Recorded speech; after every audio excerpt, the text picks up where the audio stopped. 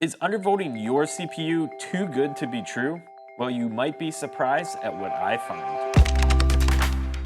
Undervolting a CPU is a technique that involves sending less power to a CPU so that it can run the same frequency as it was before, but at a lower temperature. If you can do this successfully, you can use that extra thermal headroom to squeeze every last bit of performance out of your CPU. My goal is to undervolt my Intel 13900K so that I can run a 5.8 gigahertz all-core overclock and run a successful bench test in Cinebench. First, I need to run a Cinebench baseline with default BIOS settings. That way I can see what default temperatures, core clocks, as well as a Cinebench score are going to be. Once I get that done, I can move on to undervolting and overclocking. I'm gonna run a CPU multi-core test, no minimum test duration. I'm gonna go ahead and hit start.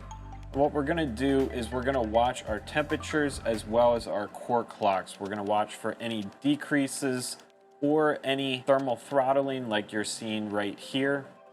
And we're also gonna wait and see what our score is at the end. We're gonna show that 5.4 megahertz is the lowest speed we saw, 100 Celsius on 2 of these cores is the highest, and we hit a 37,378 on the score. So we'll make note of that, and then we can start going into the BIOS and making some changes. Now, I say we have to go into the BIOS because Intel did some very anti-enthusiast things. One of these things is undervolt protection. If you have that disabled in the BIOS, you will not be able to launch Intel XTU, which means you have to go into the BIOS to undervolt your CPU for any reason.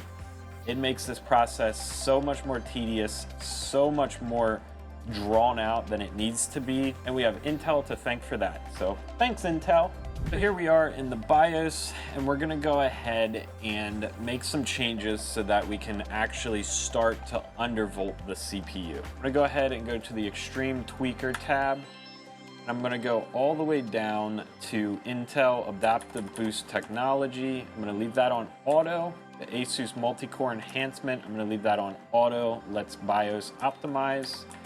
And then down here to Performance Core Ratio, we can leave that to auto. The last thing we need to check before we go into the specific performance core or the specific efficient core, all the way down here in Tweaker's Paradise, this is in an Asus BIOS, and we need to go look for undervolt protection and make sure that is disabled. Otherwise, you're not gonna be able to undervolt the CPU at all. We can go back, and now we can go to specific performance core. Once we're in here, we're gonna go ahead and change each of these cores to adaptive mode.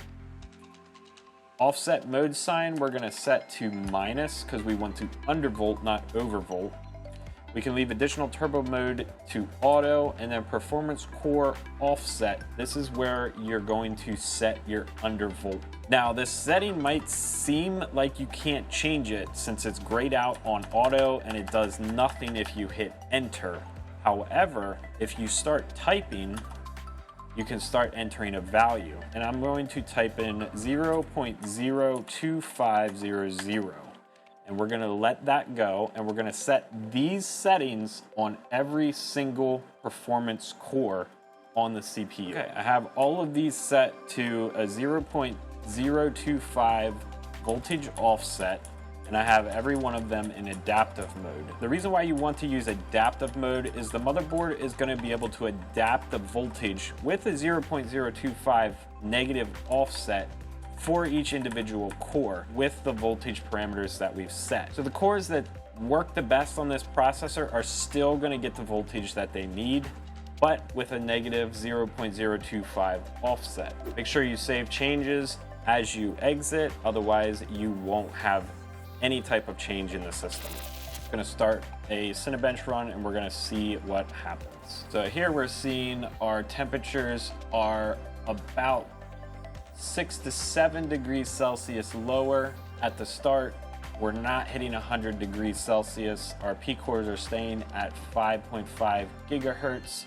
You can see the change that's occurred already. And we just gained 1,000 plus points on our score, 38,663 with a 0.025 undervolt. So the next thing I'm gonna do is I'm gonna do an all-core overclock of 5.6 gigahertz on the performance cores, and I'm also gonna bump the E-cores up to 4.4 gigahertz. All right, so back in the BIOS to the Extreme Tweaker panel, and I'm gonna go down to performance core ratio. I'm going to select sync all cores. All core ratio limit, I'm gonna set to 56. That's gonna equal 5.6 gigahertz. And then down here on the efficient core ratio, I'm also gonna say sync all cores, and I'm gonna run this at 44. This is gonna set everything to 4.4 gigahertz for the E cores and 5.6 gigahertz for the P cores.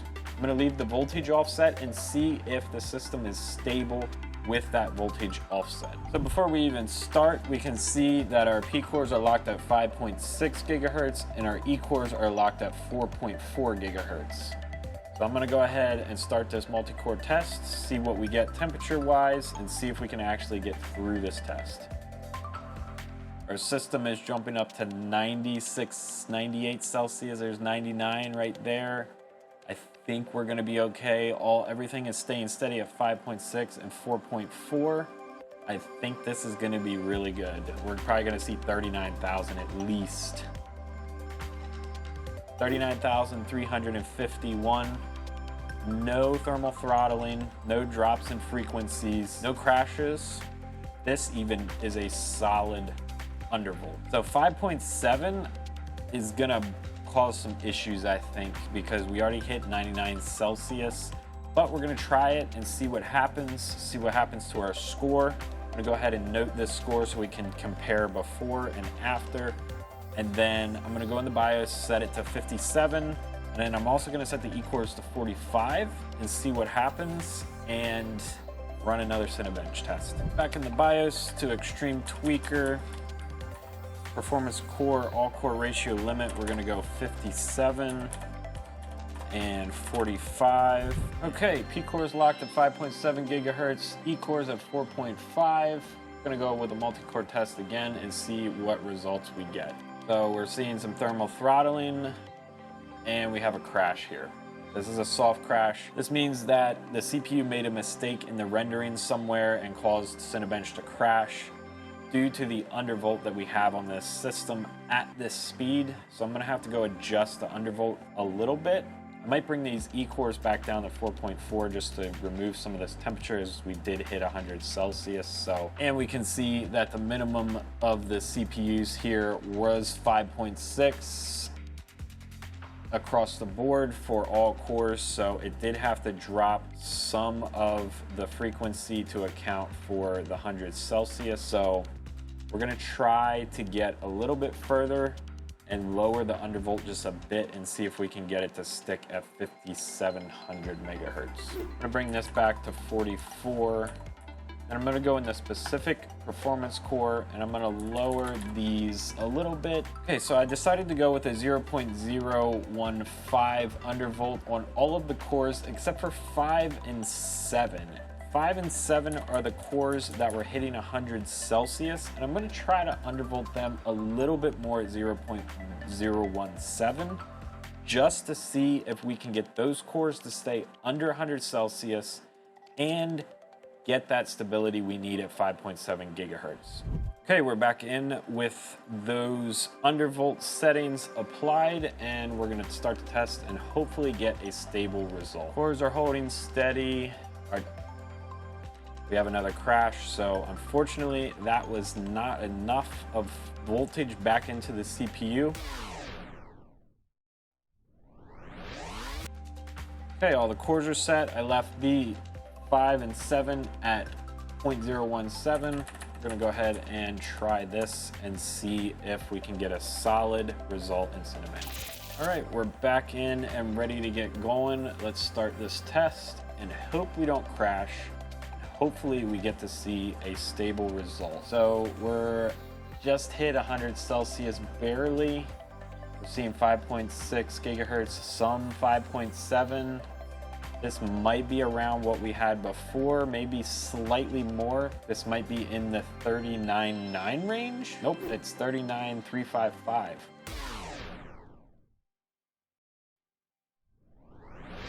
While we didn't get the 5.8 gigahertz with just undervolting, that's not a problem because we did see an almost 3,000 point increase in a Cinebench score just from a few simple changes. Those points directly translate to a higher performing PC in whatever you're doing. That means you get every single cent's worth of performance out of the components that you put into your computer. There are other things that you can do for free to increase the performance of your PC.